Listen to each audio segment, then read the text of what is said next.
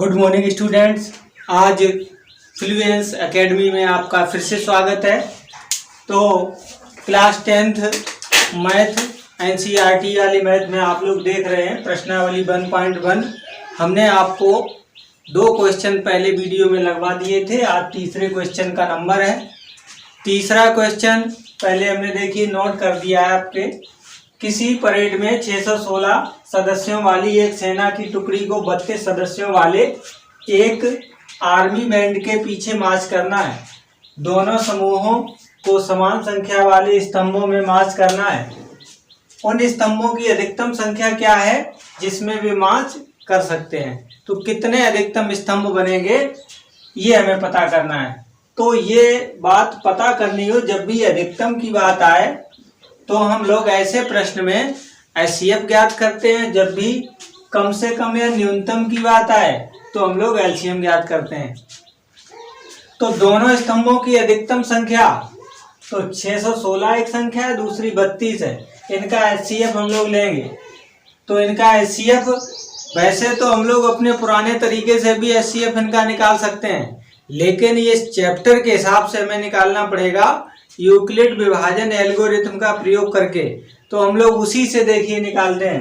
सबसे पहले चेक किया जाता है कि 616 और 32 ये जो 2 नंबर दिए गए हैं इनमें कौन सा बड़ा नंबर है।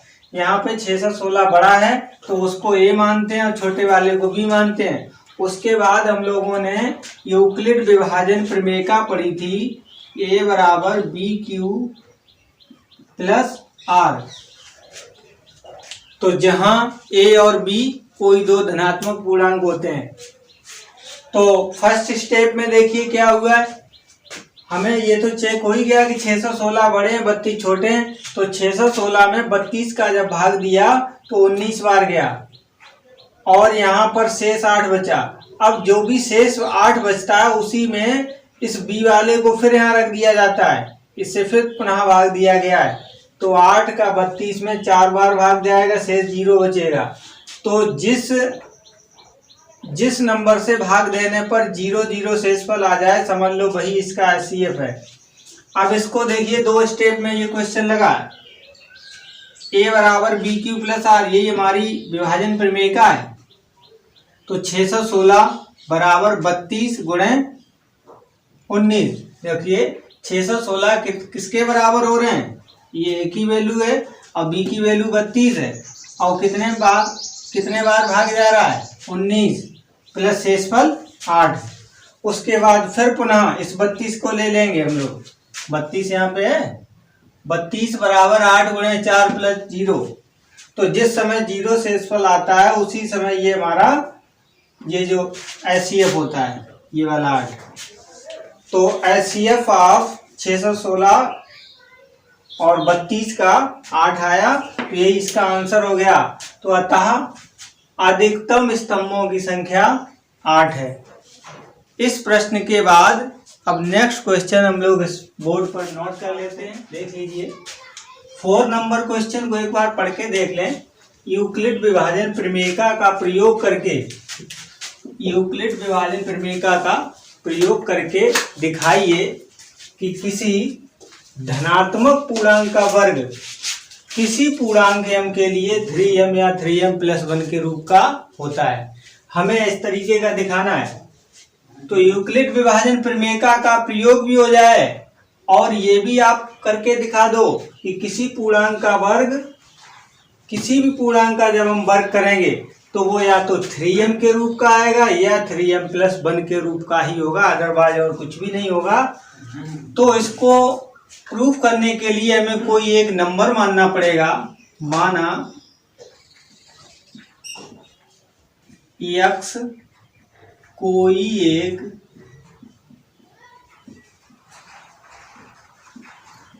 धनात्मक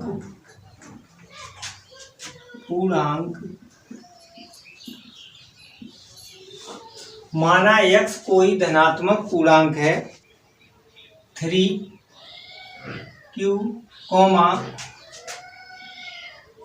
3q प्लस 1,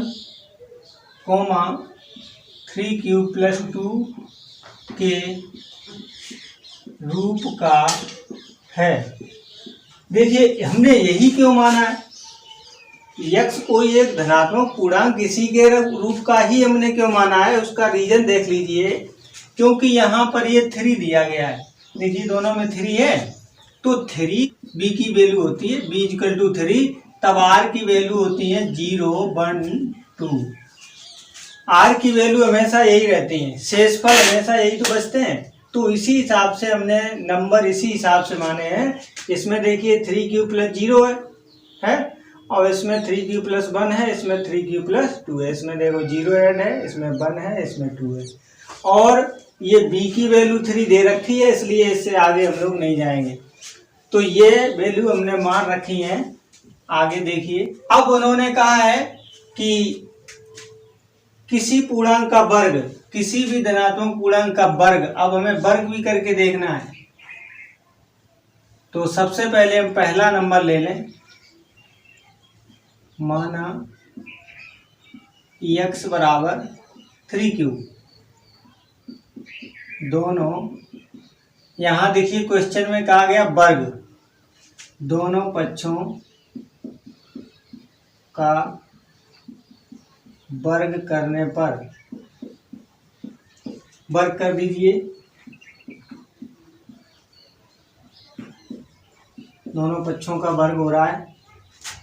देखते हैं क्या आता है।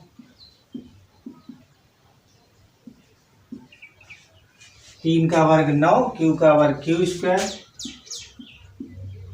इसको हम लोग लिख सकते हैं 3 गुणे, देखो इस 9 को 3 गुणा 3 भी तो लिख सकते हैं। अब इस नंबर की जगह कोई नया नंबर मान लो, जैसे क्वेश्चन में m दिया तो m ही मान लो। जहां बता दो क्या चीज है, जहां m = 3q² एक पूर्णांक है। ये कोई एक पूर्णांक हमने मान लिया है m, जहां m की वैल्यू 3q²। इसी प्रकार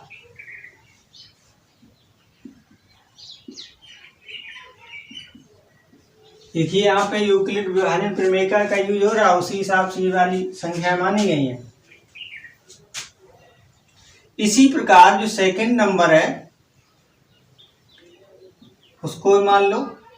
एक बार हम लोग यहाँ पे इसको नोट और कर दें, x = जो नंबर हमने माना है 3q + r, जहां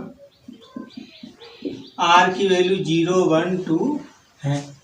0, 1, 2 है, यही तो यूक्लिड विभाजन प्रमेय का हम लोग यूज कर रहे हैं। तो x बराबर, अब की बात सेकेंड नंबर ले लिया जाए 3q + 1 वाला, 3q + 1। अब जैसे अभी हमने इसका वर्ग किया तो उसी प्रकार इसका भी वर्ग कर दें, दोनों पक्षों का वर्ग कर रहे हैं। इसका वर्ग खोल दो। यहाँ पर वर्ग खोलने के लिए हमें एक फार्मूला लगाना पड़ेगा, a + b का होल स्क्वायर का फार्मूला हम लोगों ने पढ़ा था क्लास 8 में, a² + b² + 2ab। उसी फार्मूले का यहाँ पे प्रयोग कर दो। देखिए क्या आता है, a², पहले इसका वर्ग हो गया, + b², फार्मूला है b² + 2a × b। तो इसका वर्ग 9q² हो जाएगा +1, और ये 3 दूनी 6q। देखिए हमें या तो 3q का रूप 3m का रूप बनना चाहिए या 3m + 1 का रूप बनना चाहिए, वही हमें बनाना है। देखिए ये बन के हिसाब से लग रहा है कि ये वाला रूप बन रहेगा, ये वाला बना लो। तो 9q² + 6q + 1, ये वन को पीछे पहुंचा दिया जाए और 6q के यहाँ पे लिख दिया जाए, क्योंकि प्लस वाली संख्याओं को हम लोग आगे पीछे लिख सकते हैं। क्रम विनिमय नियम इनमें लगता है धनात्मक पूर्णांकों में। तो ये धनात्मक पूर्णांक है तो क्रम विनिमय नियम लगा के हमने आगे पीछे इनके स्थान बदल दिए। अगली लाइन पे क्या करेंगे, इन दोनों में कुछ कॉमन लेना, क्योंकि हमें ये वाला रूप भी तो बनाना है, उसको देखते जाओ। तो यहाँ पे 3 आना चाहिए, तो इन दोनों में से हम क्या कॉमन ले लें, 3 बनाना है तो 3 कॉमन ले लिया जाए। तो यहाँ पे जाएगा 3 3 जा 9, 3 2 जा 6। अब देखिए उसका रूप कुछ बन गया, थोड़ी सी कमी रह गई। देखिए +1 है, 3 भी है, केवल यहाँ पर m के मान की जगह इतना बड़ा पूर्णांक है, तो 3 यहाँ पे m बना दिया जाए +1, और बता दिया जाए जहाँ m बराबर 3q² + 2q एक पूर्णांक है। इसी प्रकार एक और लास्ट पॉइंट बचा है, r का वैल्यू 0 1 हमने दिखा दी है, 2 और बचा है। पुनः एक बार फिर से ले लेते हैं, x बराबर 3q + 2 वर्ग कर दिया जाए। फिर से दोनों पक्षों का वर्ग कर रहे हैं,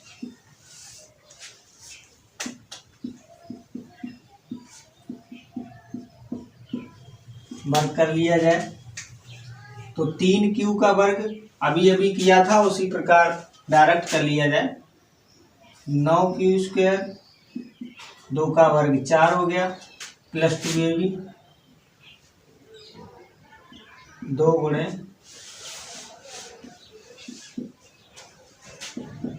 9q² + 4, 3 दूनी 6 दूनी 12 q। अब देखिए रूप हमें बनाना है ये 3m, या तो ये वाला बनना चाहिए। तो इनमें से कौन सा सरल लग रहा है, देखिए इसमें 1 अलग है और हमारे पास 1 तो कहीं है नहीं। फिर से भी हम एक काम कर सकते हैं, अगर जो 3 कॉमन लें तो इसमें भी कॉमन दिख रहे हैं, इसमें दिख रहे हैं, लेकिन इसमें कॉमन नहीं दिख रहे हैं। तो एक काम करो, इस 4 को 2 जगह तोड़ दो, हमें 1 भी बना लेंगे और 3 अलग कर देंगे, तो ये 3 कॉमन भी मिल जाएंगे। वही काम करते हैं हम लोग। तो x² बराबर 12q यही रहने दो, 4 को 2 भागों में तोड़ दो, 3 अलग और 1 अलग। देखिए ये अलग वाला यहाँ पे बनने जा रहा है, और 3 कॉमन की बात थी वो भी बन गए। तो यहां से कॉमन ले लो 3, क्या बचेगा ब्रैकेट के अंदर, 3 3 9, 3 4 12 और 3 एकम 3। देखिए भाई पहले की तरह फिर से ये बनने जा रहा है। ये इतने बड़े मान की जगह पे हम क्या रख दें, m। बता दो जहां पर क्या है, जहां m का मान 3q² + 4q + 1।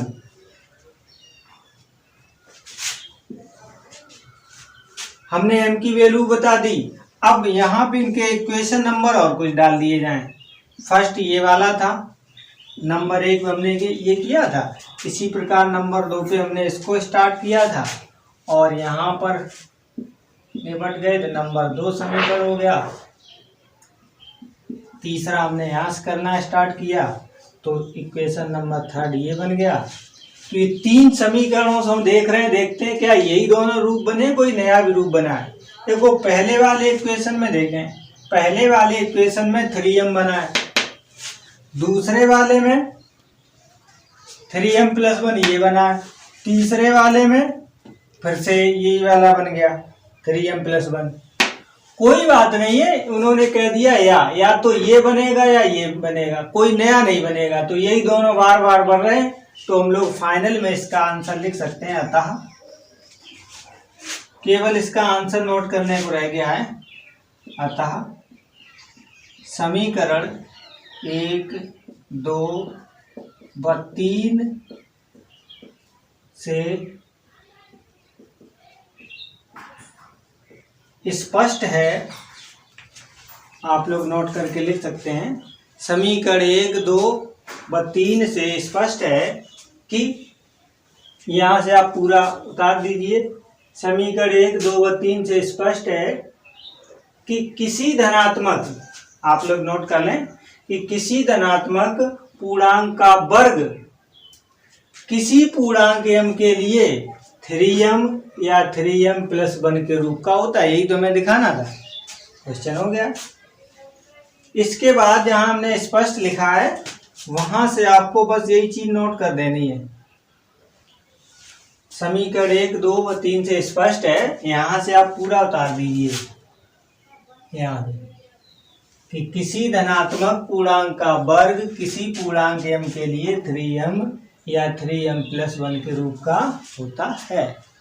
इस तरीके से ये क्वेश्चन आपका कंप्लीट होता है।